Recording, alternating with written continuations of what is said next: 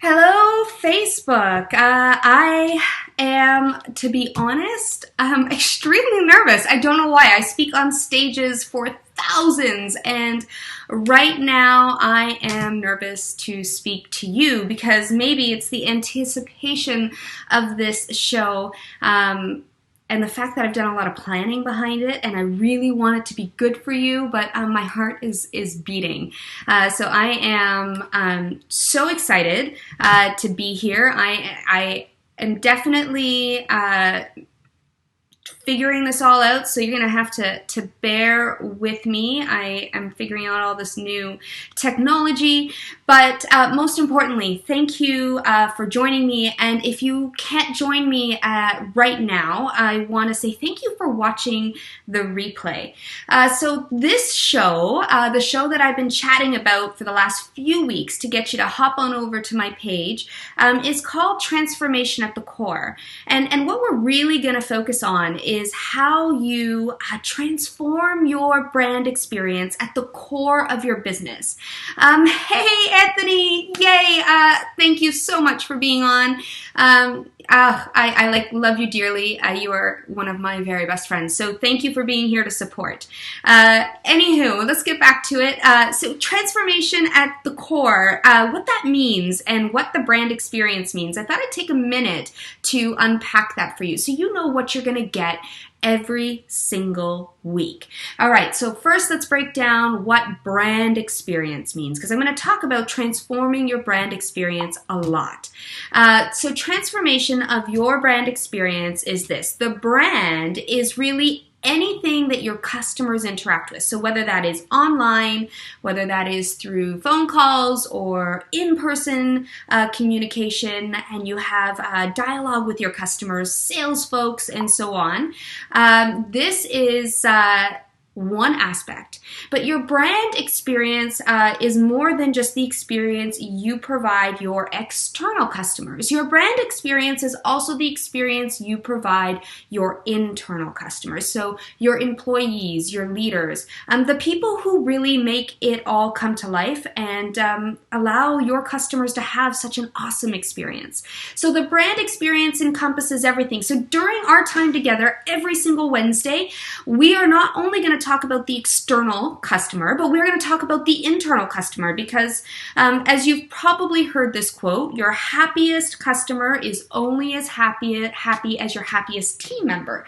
So we want to make sure that I want to make sure for you that we tie it all together and I give you all the knowledge you need to do just that. So that's the brand experience. And then I'm going to talk a lot about transforming it at the core of your business. Now, the core methodology is a methodology that I came up with, and it's near and dear to my heart. It stands for Create, Operationalize, Results, and Evolve. Really, any program that you put into place, any initiative you go forward with, you have to create it. You have to come up with all those ideas and come up with the standards. Then you need to operationalize it. So you need to put it in the system into place and get your team members to actually do it and your leaders to lead it. Then you want to measure the results because let's face it, as much as I don't like talking about the numbers, I don't feel like it's something we should chase. I do know that we are in business and we need to take a look at those ROIs. So we need measured results, and constantly as the economy evolves, as your customers and your employees evolve, you must also evolve your program. So that is the core. But the reason why it's so important is this. If you were to interact or engage with a personal trainer, what is the first place they're going to tell you to strengthen? The first place is going to be your core. The core of your body supports every other muscle around it. And if your core is not strong, then you will pull a muscle. The hardest point of any fruit, like an avocado, is the core. A peach pit is the most solid portion of that fruit. The core of your business is your systems, your processes, and the people that put it into place. So the core of your business must be strong. It must be solid in order for any initiative that you put out there, any initiative that you create to actually be sustained. So you're going to hear a lot about transforming your brand experience at the core, and that is why this show is called Transformation at the Core, because I want to make sure that when you leave every single week that you have a tidbit, a golden nugget that you can take back that will make the core of your business, so either a system, a process, or your people stronger than they were before you watched this show. So that's a little bit about what really kind of excites me, what I'm passionate about, and what I hope to give you. So today's show, though, is going to be focused on the foundational pieces as to why we should care about customer experience. I mean, customer experience, unfortunately, it's become a bit of a buzzword. CX, customer service, customer experience, and it's something that we've been talking about for a really long time, but for some reason, a lot of organizations haven't been able to master it. And part of that is because, well, I know they say they care about it, but a lot of the time they think it's just the warm and fuzzy, and it's just the fluffy stuff that they have to bake in to the things that their people have to do, right? The transactional things they have to do. Oh, we just need to put a little bit of a spin on it. We need to make it softer. We need to be compassionate, which are all good things.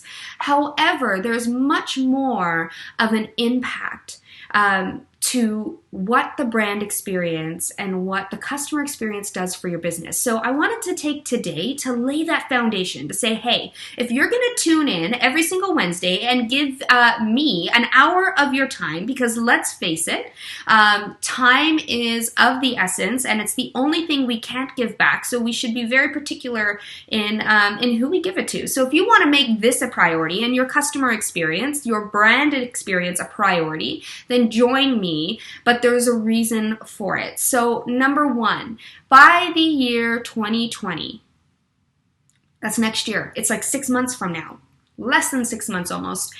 2020, experience is said to override price and quality. So we're going to talk a little bit about why that is so important.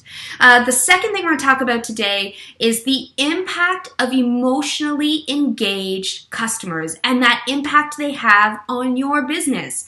Because if they're not emotionally engaged with you, then forget about it. They're straddling both lines, and if somebody has a better price or a slightly better product, then they are going to go to the competitor.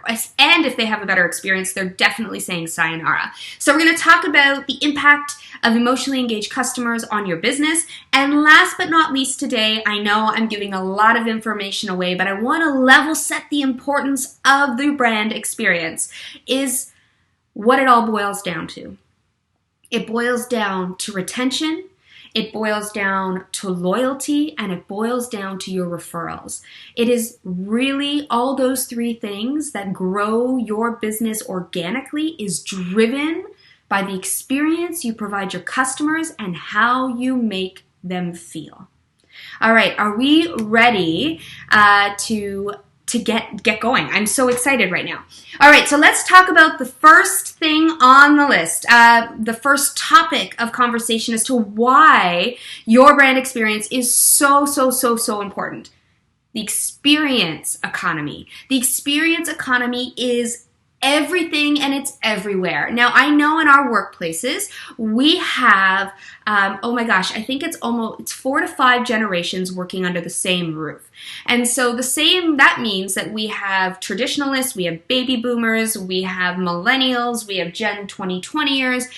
We have a ton of different personalities. We have a ton of different abilities, a ton of different qualities working under the same roof. But as we start to evolve, as the millennials and the Gen 2020ers come up through the ranks and the traditionalists start to leave their post, the baby boomers start to leave their post, we have really what's left is the Gen 2020ers and millennials. So we've got those folks. Now those folks who are now starting to actually outpurchase the other generations are afraid of missing out. Have you ever heard of the acronym or the phrase FOMO? afraid of missing out.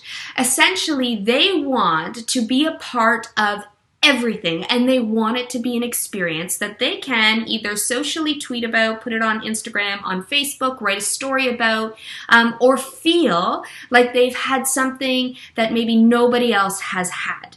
And so that stat about the year of 2020, I mean, again, we are almost and pretty much rounding the corner into 2020. Experience is going to outweigh price and quality.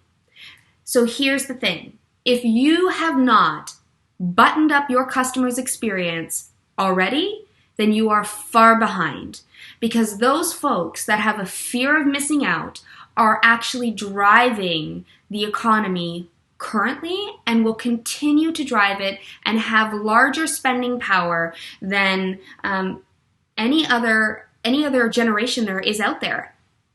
And on top of it, when we talk about the brand experience, the Gen 2020ers and the millennials are also your employees, and you have to create experiences for them as well. So really important to understand that if you are not on the brand experience or the customer service or customer experience bandwagon yet, you better hop on, because that train is leaving or has left the station, and it's going to be very, very hard to catch up. Now, I don't mean that, and we will get into this in further episodes, that if you are into AI or digital technology or social media, that you're on the customer experience train and bandwagon. While all of those things are very important, over 50%, 56% of folks still like to come in and have an in-person interaction. So they may do all of their research online.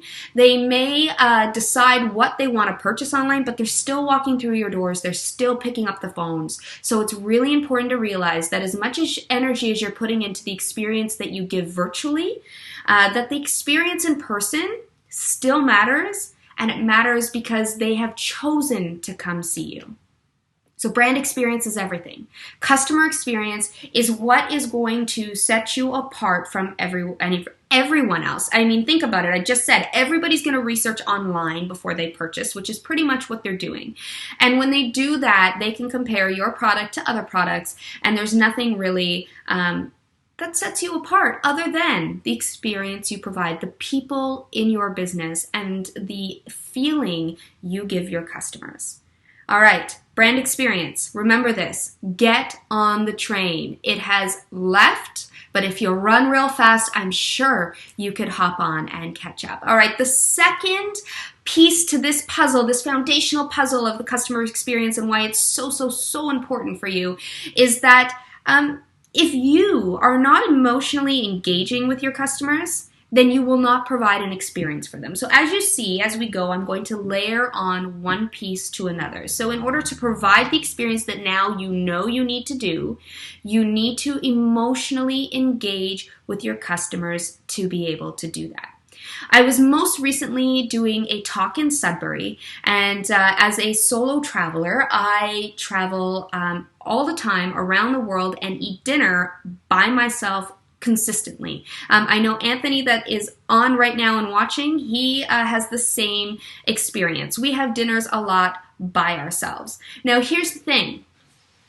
It's all good to have a dinner by yourself, but what happens most of the time, and at least this was my experience in Sudbury most recently, I came in, I stepped up to the hostess, and the hostess said, "How many?" And I'm like, "Oh, for one, table for one, I'll be by myself tonight." She kind of gives me this look on her face like, "I'm sorry you're by yourself" look, which is fine. I'm used to it, so I let that roll off my shoulders. Then she tries, as per normal in most restaurants, to sit me at a table for two in a very remote part of the restaurant. So of course, when I am eating alone, I tend to work to capitalize on the time. So this little table for two, if I'm going to put a computer out and eat, not going to work. So I said, "Can you put me at a larger table, maybe the high top over there, so that I can, pull my laptop out?"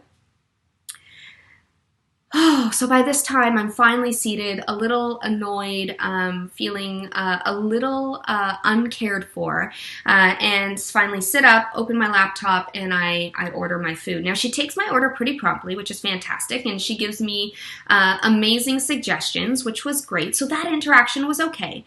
But that's where it stopped. So think about this. A table for one with no one to interact with.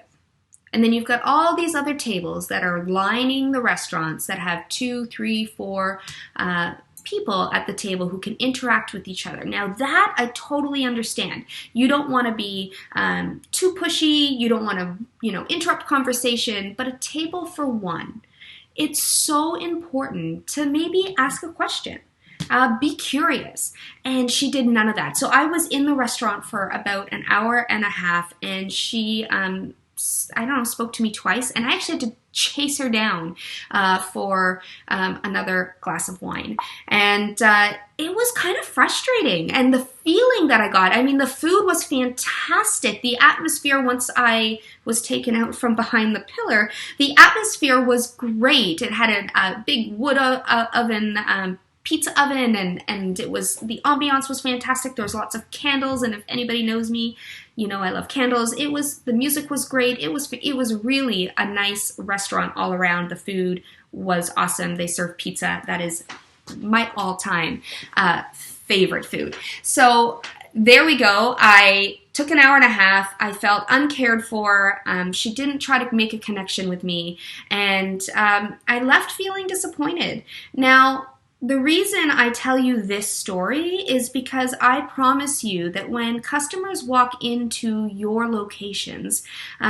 you're not taking the time to emotionally engage with them or connect with them. You are probably being very transactional. Yes, Pizza Anthony. Yes, yes, yes. You're being very, very transactional and getting in and getting out. So it's really important that you emotionally engage with them, because if not, they're going to feel uncared for and they're going to leave. And if they leave feeling that way, that's what they're going to remember. So I will be back in Sudbury. I probably will not, actually I can say without a doubt, I will not be visiting that restaurant again, because I didn't want to feel unwanted and not cared for. So here's the stat for you though. Emotionally engaged customers are 3 times more likely to purchase, 3 times more likely to recommend, far less price sensitive, so they will spend more with you if they like you and they feel connected with you. And they will most definitely refer and make sure that they come back to you. So 3 times more likely to purchase. 3 times more likely to recommend. Just those 2 stats alone. Also, think about it. They're far less price sensitive. Why wouldn't you want to emotionally engage with your customers? Gallup, if you are familiar with Gallup, it's a great research company. They say that, and I'm going to pull it up here because I don't want to butcher the quote, but satisfaction is worthless unless you can have an emotional connection with your customer. Hear that again. Satisfaction is worthless unless you have an emotional connection with your customer. I don't know if you know how we make decisions, but it is not based off of facts and figures. It's not based off of our prefrontal cortex. It is based off of how we feel. Do we trust the person? Do we like them? Do they have our best interests at heart? Are they trying to get to know me? We make decisions based off of our limbic brain. So if you are not creating an experience that makes people feel good, because that's all they're going to remember is the feeling. So your limbic brain, the third portion of your brain, it's actually the second largest portion of your brain, it controls emotions and memory, and that right there is how we make decisions, how your customers make the decision to do business with you. It's not facts. It's not figures. While all of that is really great, we actually make it based off of our gut. So if you are not emotionally connecting with your customer, if you're not tapping into the limbic brain, then you are not going to have somebody that will return to you. They will shop less with you. They will not refer you. They will most definitely go to war with you on price in the industries that, like the automotive industry, where you can go back and forth on price. And it doesn't take a lot, though. Think about my story of walking in to this restaurant by myself. It would have taken an extra 3 to 4 minutes, 3 different times, maybe even 1 minute each time throughout my meal for her to come back to me and check in, to be curious, to ask me a question so that I could get emotionally involved and create a connection with her. Had she done that, my feeling would have been so much more impactful, and I would have gone back there to eat. I have another story for you, just to show how it takes the littlest things to create these connections. My little doggy, who is the most amazing little thing that I've ever, been able to have for my own. He is the cutest half Maltese Maltipoo, white, fluffy, full of snuggles all the time. So we were taking him in, and actually I couldn't be there. So my nanny and my kids took him into the vet. Now, I hated the fact that I couldn't be there, but I had somewhere, unfortunately, more important to be, and that was with my grandmother. We had to go down to Sunnybrook Hospital here in Toronto to get the doctor's attention because something was hurting her, and so she asked me to go. So of course I chose my grandmother over my doggy this one time, but my nanny Jolly, who is my lifesaver, always has my back, took Shadow in so I didn't have to move his appointment. Now what was really cool is that I wasn't there.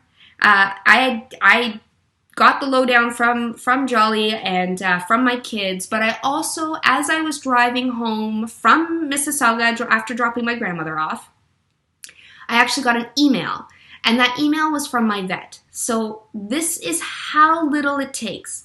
It said, and I'm paraphrasing, I wrote an article about it on my website, so if you check out katiemaris.com, I try to write weekly, if not bi-weekly, so I wrote an article about this. But I'm going to paraphrase it a little bit here. He said, "Hey, Shadow and the gang were in. Everything looks fantastic. I know you weren't able to make it, so I just wanted to make sure that all the questions you had that Jolly asked me, that I also gave it to you on email so that you know what's what and what's going on." He didn't use that language specifically, but what I'm trying to get at here is the fact that he cared enough to show me that I was worth his time. He could have just left it. I would have gotten the update. But no, he took it one step further, and even from afar was able to emotionally connect with me. I will most literally go to no other vet.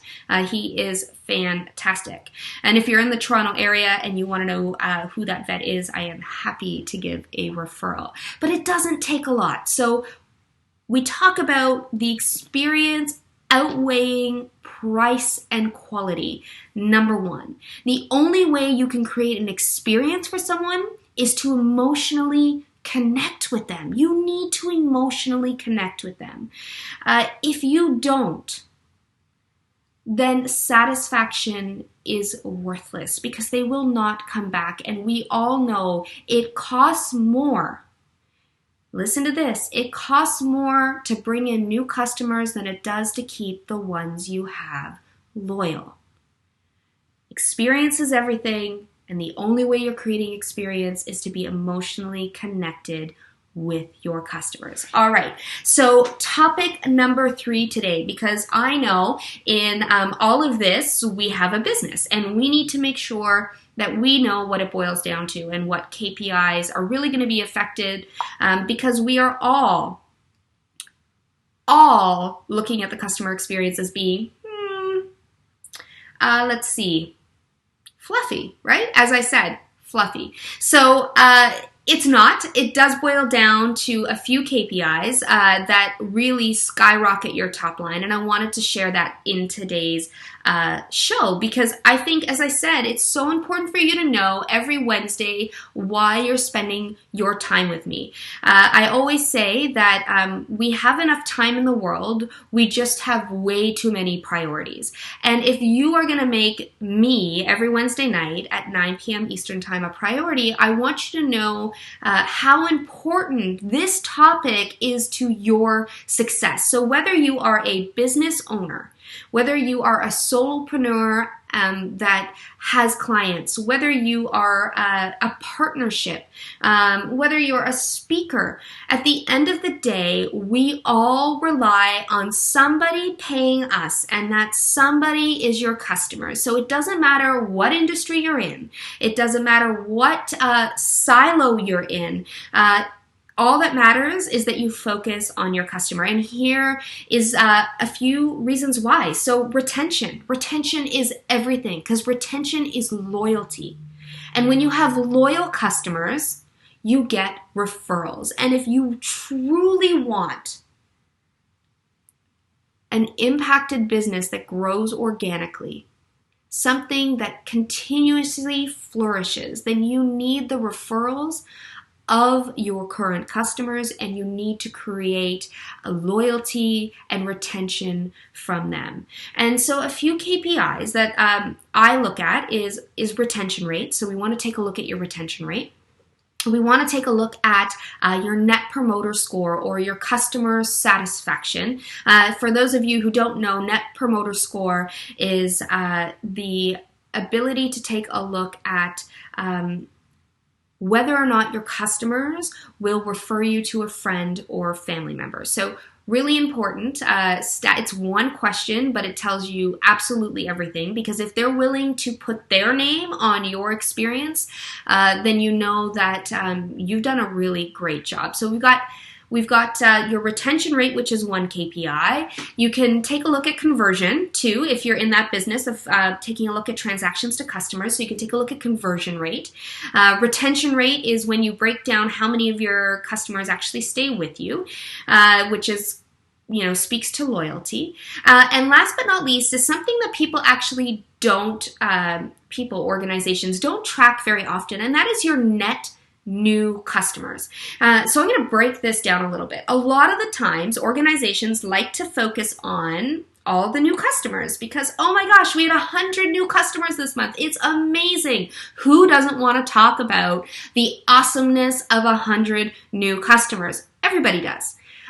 What we don't want to talk about always, though, are the customers that are walking out our back door. So our attrition. We need to look at those that are coming into our business.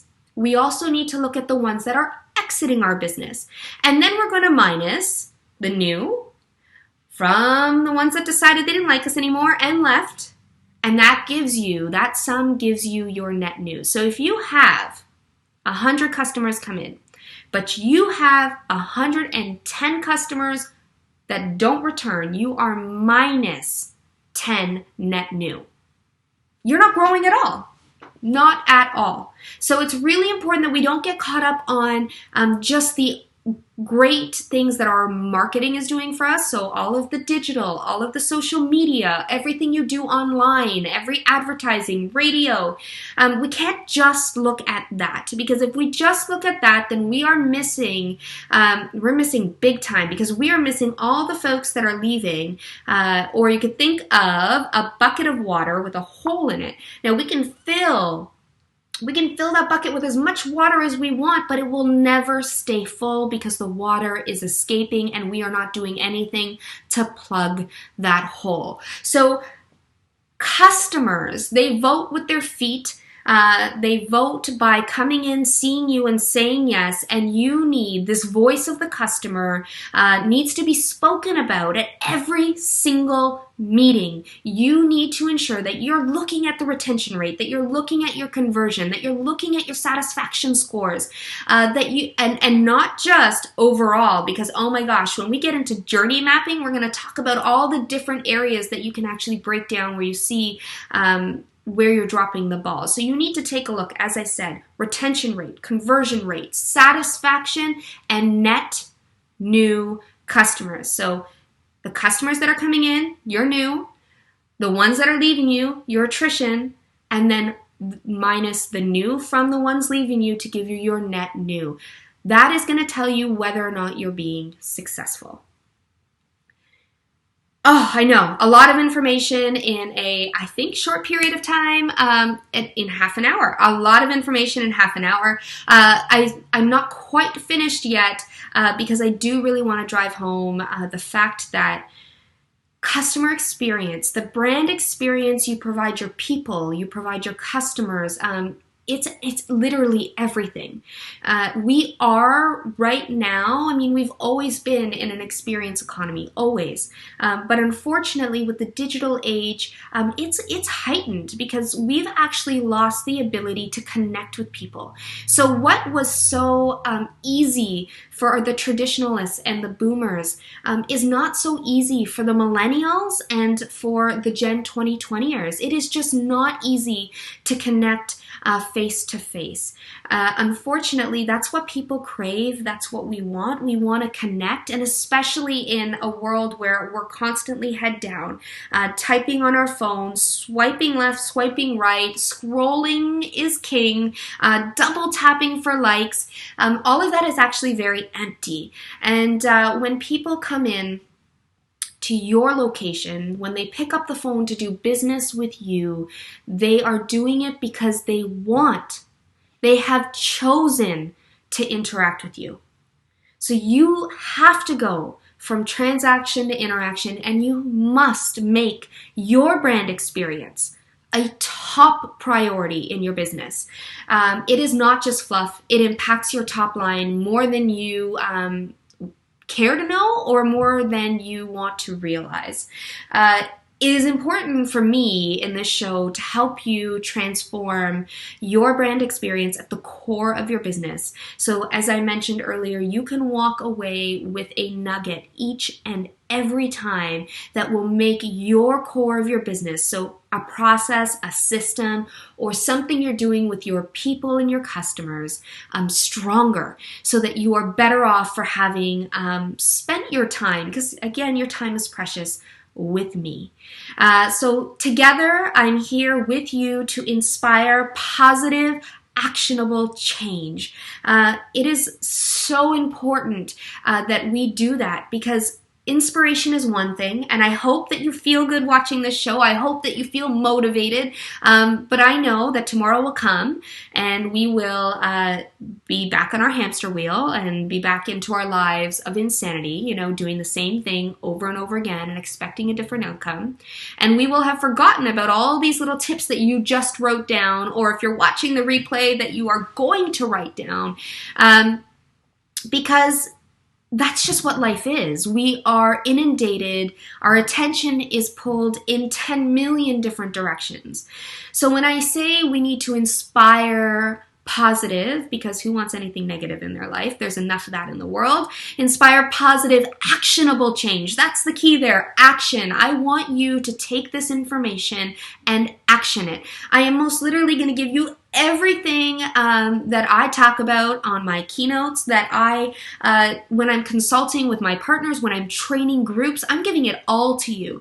And so I want you to do something with it. First of all, thank you for giving me your time. And secondly, please, if you have donated your time to me, make it worth your while. Do something with it. So together, let's inspire positive, actionable change. And I hope you join me next Wednesday, 9 p.m. Eastern Time, to help you transform your business, your brand experience at the core.